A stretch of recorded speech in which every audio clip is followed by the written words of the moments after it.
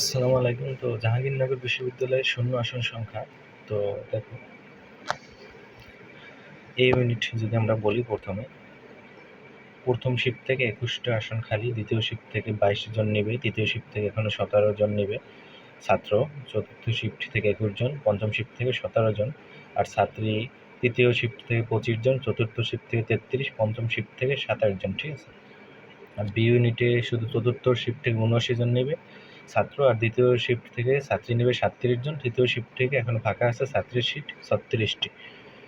তো এবার C unit, তো চতুর্থ এতে 21, পঞ্চমে 18, ষষ্ঠতে 20টি আসন ফাঁকা আছে ছাত্রীর ক্ষেত্রে। প্রথম শিফট থেকে 19, দ্বিতীয় শিফট থেকে 20, তৃতীয় শিফট থেকে 12।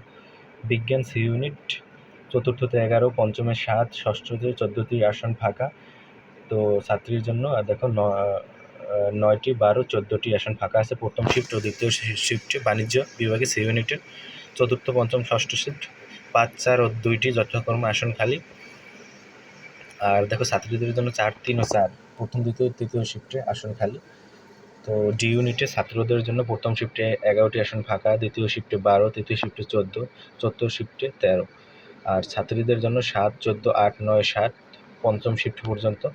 ই ইউনিট ছাত্র 15, ছাত্রী আছে প্রথম শিফট থেকে 12 জন নেবে। নন বিজনেস থেকে এখন দ্বিতীয় শিফট থেকে 6টি আসন ফাঁকা, ছাত্রীদের জন্য 11টি আসন ফাঁকা। তারপর আইবিএ তোমার পঞ্চম শিফট থেকে 6 জন আর 8 জন নেবে। নাটক ও নাট্যতত্ত্ব প্রথম শিফট থেকে 6 জন ছাত্র, আর ছাত্রী নেবে আরও 4 জন। তো ছাত্রদের জন্য চারুকলায় 0টি, আর ছাত্রীর জন্য এখন 1টি ফাঁকা আছে। তো এইগুলো ফাঁকা আসন সংখ্যা। আবার ইংরেজির জন্য দেখো চতুর্থ, পঞ্চম, ষষ্ঠ শিফটে 5টি, 7টি ও 7টি আসন ফাঁকা আছে ও 6, 4, 6টি আসন ফাঁকা আছে মেয়েদের জন্য। ছেলেদের জন্য দেখো আইন ও বিচার বিভাগে এখন 8, 5, 5 খালি আছে, আর ছাত্রীদের জন্য 7, 8, 7।